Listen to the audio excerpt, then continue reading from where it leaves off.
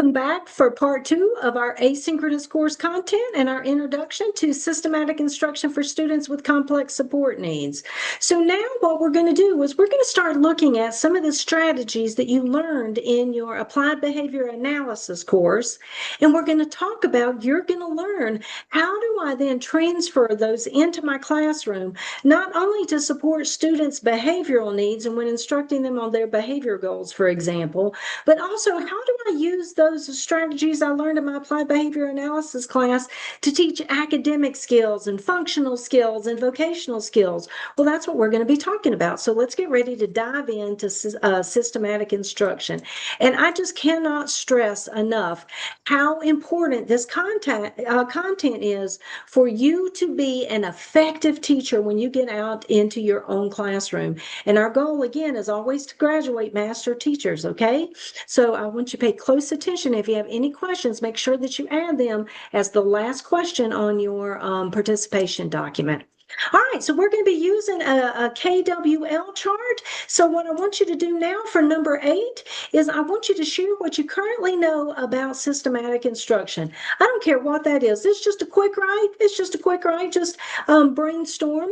And remember, we're not grading this for right or wrong. So what I want to do, again, is I'm activating your prior knowledge. I'm trying to get you to make those connections between what you've learned and the content, the new content that we're going to be covering today. So go ahead, write your question, put your answer underneath, and then come on back. All right, so when we talk about systematic instruction, Snell, who is expert in systematic instruction, defined it as a repeatable, predictable, organized process that reflects currently accepted practices using performance data to make educated modifications to instruction. All right, so that's a bit of a mouthful, right? So this is why we use student-friendly language, because what you think might be normal language that you can understand, our little guys might be confused, or it might take a little bit longer time to process that. This one's a processor, right? You have to think about all the different components. But what it really is, systematic instruction is a very organized, remember it said organized, predictable, repeatable. It's a structured step-by-step process. So you're using that task analysis, and then you're going to have a consistent sequence because that's going to help students' learning. So a structured step-by-step approach to teaching that follows a consistent sequence. That's really what it is. And so when we think about systematic instruction, we want to think about some key components. So one of them is that you want to make sure that you clearly identify and operationalize, remember an operational definition of what behavior the student is expected to learn and demonstrate. And we want to make sure that when we are identifying those behaviors and we're writing goals, whether that's a lesson goal or whether it's an IEP goal, that we are writing an observable, measurable goal, and that we have operationally defined what that behavior is so everybody knows exactly what it looks like. After that, after you identify and clearly identify that expected behavior, you're going to use a task analysis to break that complex task into smaller, manageable steps. So we're going to take whatever that big thing is we want students to learn, and we're going to break it up into little steps that are teachable, that are manageable, that are obtainable. Students have to be able to obtain each of those steps using a task analysis. We're going to use prompts to support students in responding correctly because we don't want incorrect responses. We're going to use prompts to support students correctly responding. We're going to provide reinforcement for correct responses. And then if our students make an error, we're going to provide error correction because that facilitates their learning. And then remember, after that error correction, we're going to always come back and do just a little retest to make sure they got it.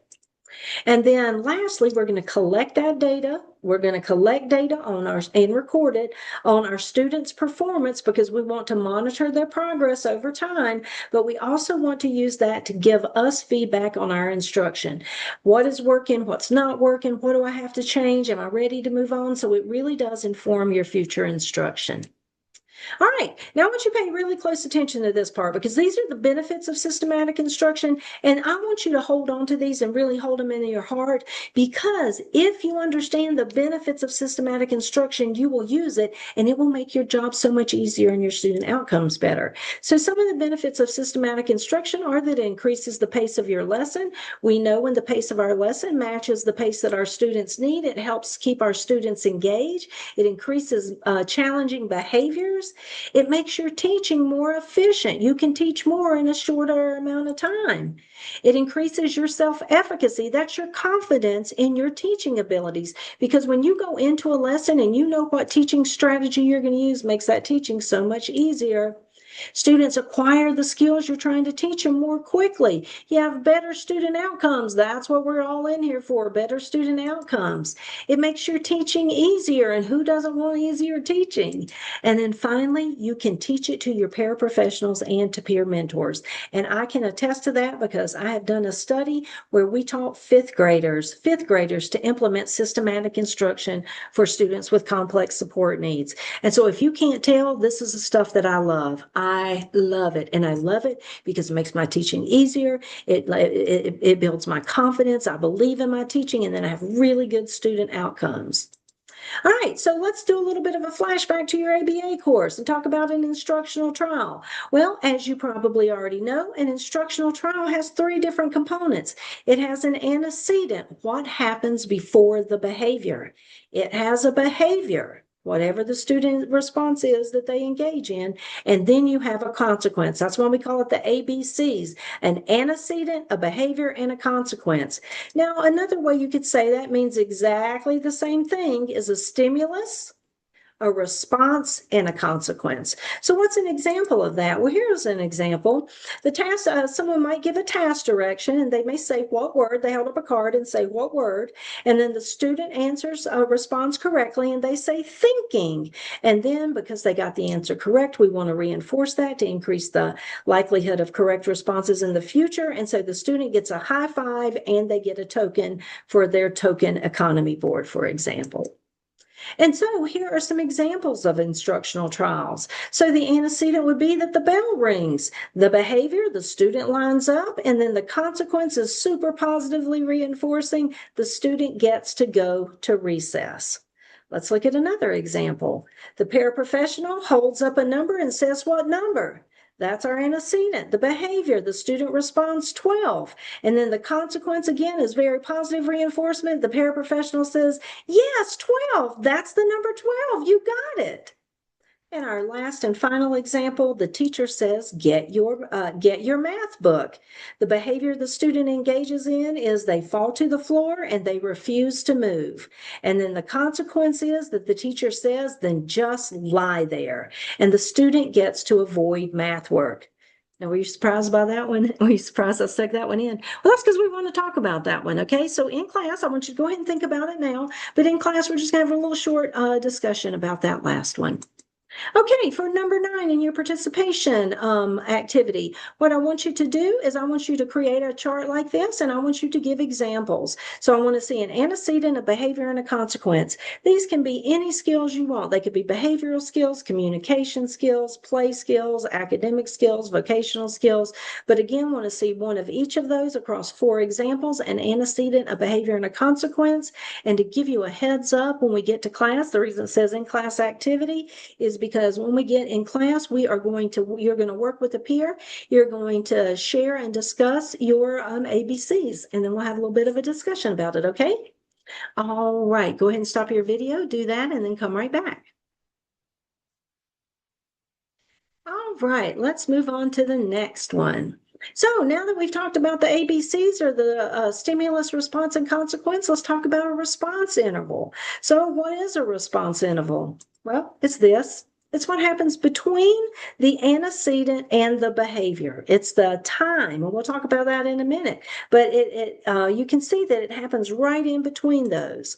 And so what it really is it is a predetermined, you determine it during your lesson planning and you know your students. So when you think about response interval, they're individualized, but it's a set amount of time, for example, 5 seconds, and it's following the presentation of the stimulus, so whatever the stimulus is, and it is the time in which the student can independently perform a behavior.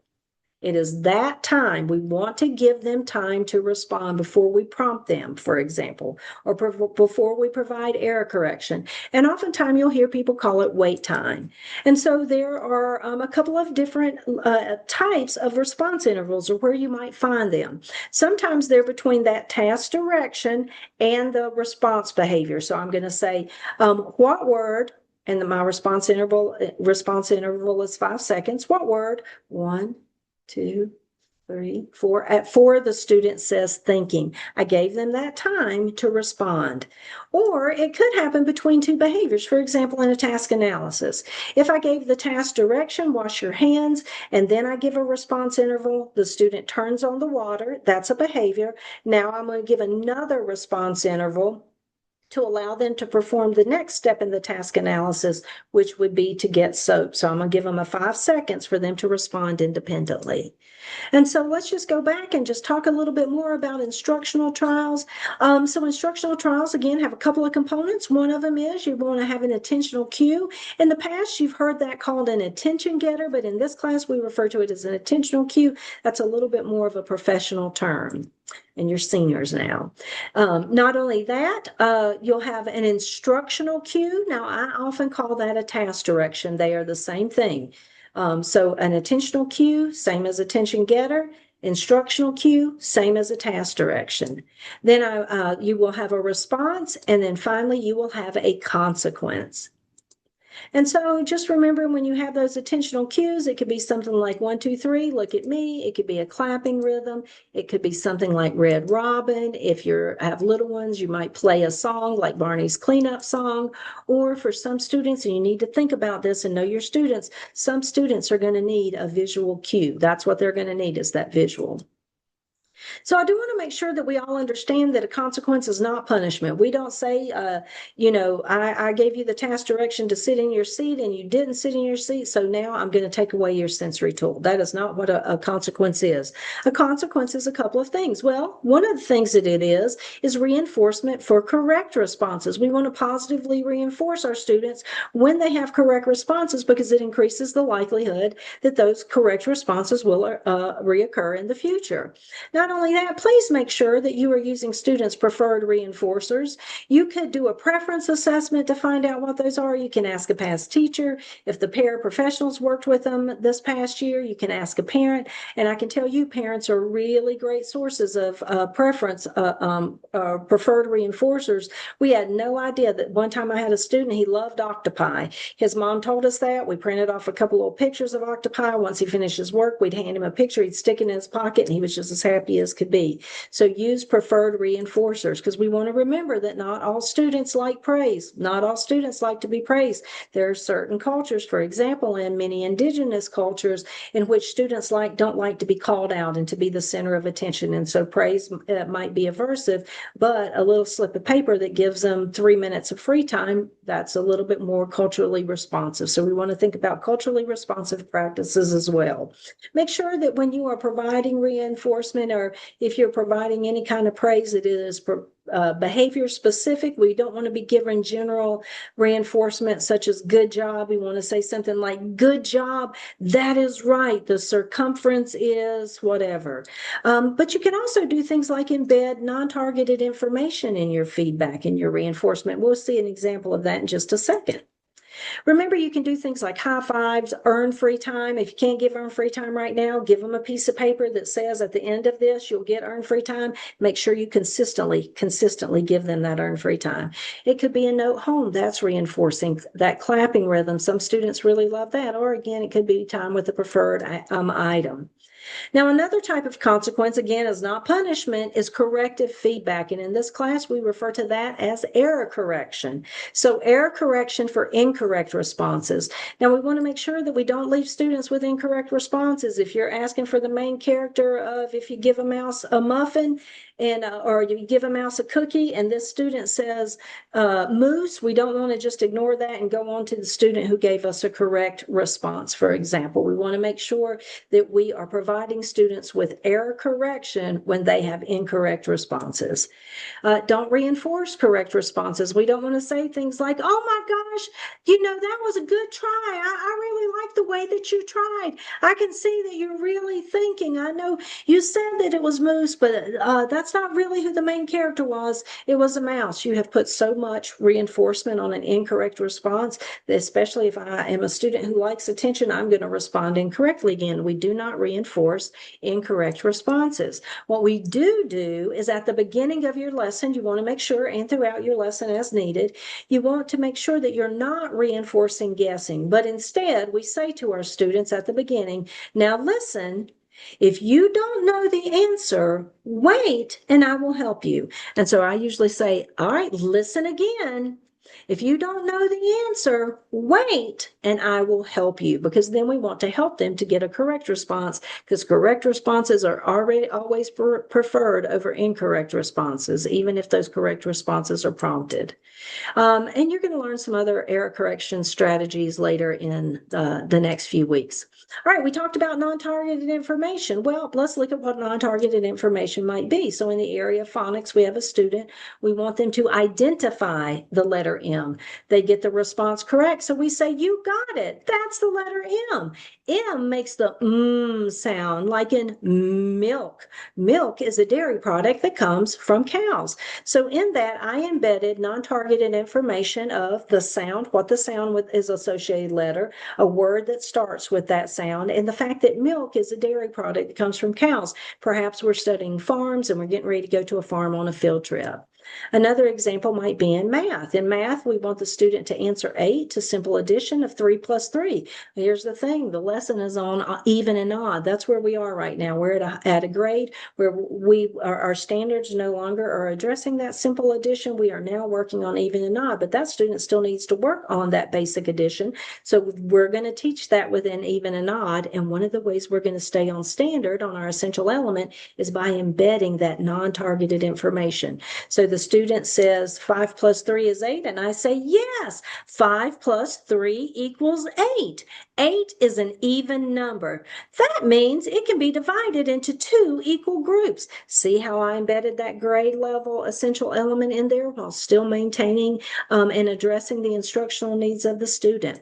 You can also embed behavioral non-targeted information even in academic areas. So for this one, we want the student to answer a comprehension question. They get it right, and I say, you're right. He did find a ticket to the chocolate factory. I love the way you raised your hand and waited on me to call on you.